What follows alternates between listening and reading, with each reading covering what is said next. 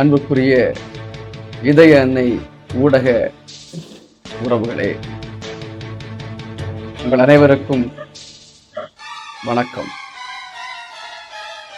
தவ நாட்களில் ஆண்டவருடைய சிந்தனைகளை பற்றி சிந்திக்க மீண்டும் ஒரு வாய்ப்பு.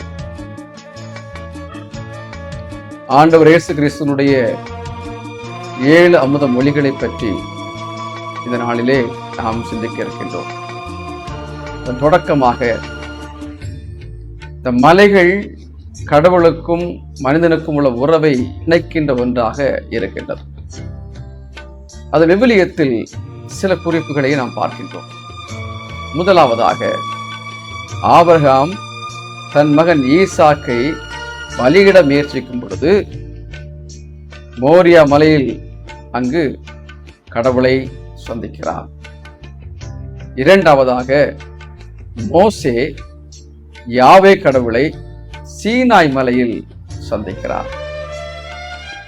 மூன்றாவதாக, எலியா கார்மேல் மலையில் பாகால் இறைவாக்கினர் மற்றும் இஸ்ரவேல் மக்களோடு அங்கு கடவுளை சந்திக்கிறார். நான்காவதாக, ஆண்டவர் இயேசு கிறிஸ்து தாபோர் மலையில் தம் தூதர்களான மோசே எலியா வழியாக கடவுளை சந்திக்கிறார். ஆக அன்புக்குரியவர்களே, ஒவ்வொரு சந்திப்பும் ஒரு புது உறவை ஏற்படுத்துகிறது.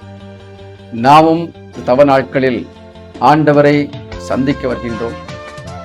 சந்திப்பு கல்வாரி திருப்பலிகள் வழியாக, நம்முடைய ஜெபங்கள் வழியாக, சிலுவை பாதைகள் வழியாக நாமும் கடவுளோடு இணைந்து நம் உறவை பலப்படுத்தும். ஜெபிப்போம்.